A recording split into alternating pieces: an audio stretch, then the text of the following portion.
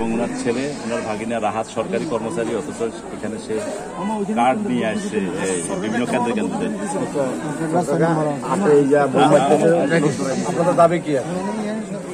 একটা কেন্দ্র না, অনেক সবগুলা, ওইদিকে সব কেন্দ্র আর সরকারের 3টা কেন্দ্র। প্রশাসন কি সহযোগিতা করতেছে না? না, প্রশাসন কোনো সহযোগিতা করতেছে না এবং প্রশাসন সম্পূর্ণভাবে, আমার কাছে একটু খবর আসছে দাসেরহাট কেন্দ্র, চর পার্বতী 1 নম্বর দাসেরহাট কেন্দ্রে, সেখানে পুলিশও আমাদের ভোটারদেরকে দৌড়াই দিচ্ছে।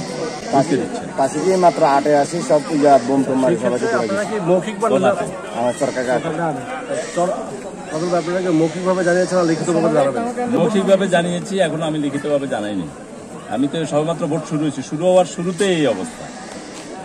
এভাবে চলতে থাকলে কি প্রত্যাশা করছেন ভোট নিয়ে? এইভাবে প্রত্যাশা করলে তো ভোট নিয়ে কোনো আশা করা যায় না, কারণ এখানে আসলে ওবায়দুল কাদের সাহেব, বাংলাদেশ আওয়ামী লীগের সাধারণ সম্পাদক ওবায়দুল কাদের সাহেবের নিজ উপজেলা, এখানে তার মান সম্মান জড়িত এই নির্বাচন।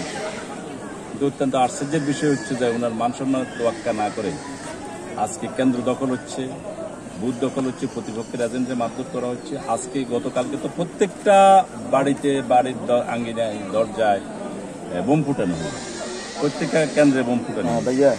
আমরা মনে হচ্ছিলাম ভীতি সঞ্চার করে ভোটারদেরকে যেন কেন্দ্রে আসতে না আসে, এই জন্য এটা সৃষ্টি করেছে। এখন দেখছি না, তারা ওইটাতেও তারা সন্তুষ্ট নয়, তারা অলরেডি সব এজেন্ট বাইর করে দিচ্ছে। ইতিমধ্যে এই একখানটায় খবর আসলো সরকারের 8 নম্বর ওয়ার্ডে বহিরাগত সন্ত্রাসীদেরকে ইয়ে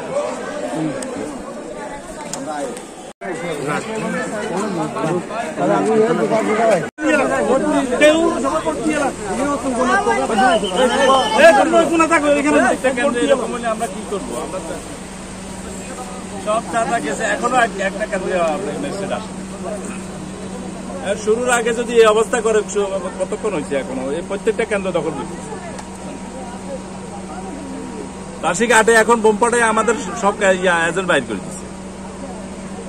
এটা প্রত্যেকটা জায়গায় হইলে তো আর তারা সন্ত্রাসের